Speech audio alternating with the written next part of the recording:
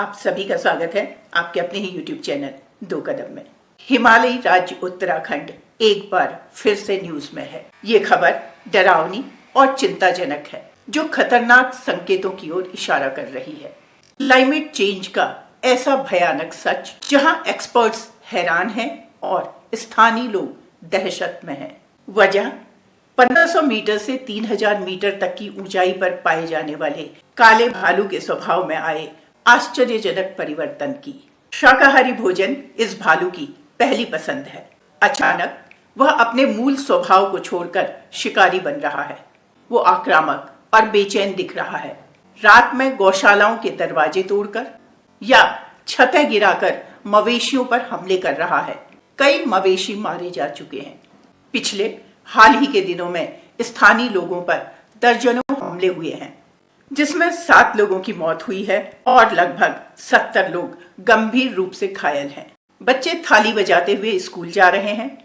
महिलाएं दहशत के मारे अपने पशुओं के लिए चारा लेने जंगल नहीं जा रही हैं। बच्चों की सुरक्षा के लिए सरकार ने एस्कॉर्ट सुविधा देने का निर्णय लिया है। प्रभावित क्षेत्रों में वन विभाग पशुओं के लिए चारा उपलब्ध करा रहा है।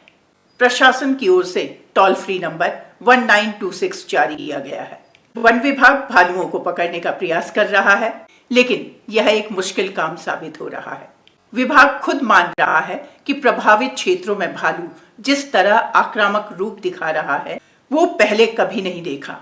जलवायु परिवर्तन को ग्लोबल वार्मिंग या फिर ग्लेशियर्स के पिघलने तक सीमित रखने की समझ हमारी बड़ी भूल है। इसका प्रभाव पेड़ पौधों और जंतुओं की प्रवृत्ति, जीवन चक्र, बिहेवियर और उनके प्राकृतिक संतुलन पर गहराई से पड़ रहा है। भालुओं के स्वभाव में आया परिवर्तन इसका जीता जागता उदाहरण है। पहले भालू शांत स्वभाव के थे, मानव बस्तियों से दूरी बनाए रहते थे। पहले भालू के स्वभाव में आए इस जबरदस्त परिवर्तन का विश्लेषण करते हैं। भालू अक्टूबर-नवंबर तक अपनी गुफाओं में हाइबरनेशन यानी कि विंटर स्लीप के लिए चले जाते थे।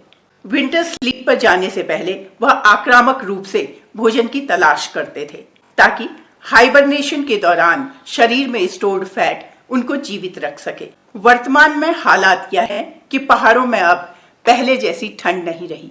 बर्फबारी में सामान्य से 23% तक की कमी आई है। इसलिए भालू का हाइबरनेशन पीरियड, जो पहले 3 से 4 महीने का हुआ करता था, अब सिकुड़कर कुछ हफ्तों का रह गया है। इसलिए भालू नवंबर-दिसंबर में भी एक्टिव दिखाई दे रहे हैं। दूसरी बात, हिमालयी क्षेत्रों में मौसम और जलवायु परिवर्तन के कारण पेड़ पौधों के फ्लावरिंग, फ्रूटिंग और सीड सेटिंग टाइम में बड़ा शिफ्ट देखने को मिला है। बुरांस, बाज, उतिस, काफल, हिमालयी चेस्टनट, हिमालयी मैपल, जंगली चेरी ये भालू के प्रिय भोजन हैं। इन सब में समय से पहले फ्लावरिंग हो रही है, जिसके चलते पॉलिनेशन प्रभावित हो रहा है। नतीजा, फल उत्पादन में कमी आ रही है और भालू को जंगल में भरपूर भोजन नहीं मिल पा रहा है। वन विभागाध्यक्ष सर्वेश दुबे ने भी इस बात की पुष्टि की है कि इस वर्ष जंगलों में फलों की कम पैदावार के कारण भालू भोजन की तलाश में मानव बस्तियों की ओर बढ़ रहे हैं। इसके साथ ही गांव में लोगों ने जंगली सुअर और बंदरों के आतंक से खेती करना छोड़ दिया है। वो अब फलदार पेड़ उगाने लगे हैं। फलदार पेड़ और गांव कस्बों के आसपास कूड़े के ढेर भालू के भोजन का जरिया बन रहे हैं। पेड़ों की अंधाधुंध कटाई और खनन जैसी गतिविधियों से पानी के स्रोतों में तो जबरदस्त कमी आई ही है। साथ ही जंगल का एरिया कम होने से भालू का हैबिटेट लॉस हुआ है। इसलिए भालू को पानी और भोजन की तलाश में ज्यादा एरिया में घूमना पड़ता है। इस दौरान जो उसके रास्ते में आता है वो उस पर हमला करता है, जबकि मूल रूप से भालू प्रेडेटर नहीं है।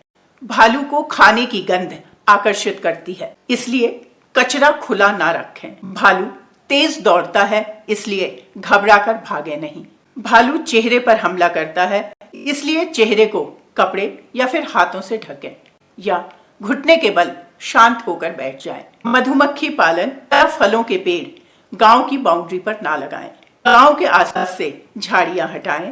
प्रशासन के द्वारा लोगों को जागरूक किया जा रहा है। सरकार ने कैमरा, ट्रैप, ड्रोन जैसे उपकरणों का उपयोग करने और वन कर्मियों की गश्त बढ़ाने के निर्देश दिए हैं। सच तो यह है कि विभाग के पास ना तो इतनी मैन पावर है और ना ही हो सकती है। जरूरत है जंगलों के इकोसिस्टम को रिवाइव करने की दिशा में युद्ध स्तर पर जमीनी कार्रवाई करने की। सिर्फ पॉलिसी बनाना अब पर्याप्त नहीं, जंगल वापस लाने के लिए short term forest revival mission पर काम करने की जरूरत है। तो चलिए ये भी जान लेते हैं कि तस्वीर का दूसरा पहलू क्या कहता है।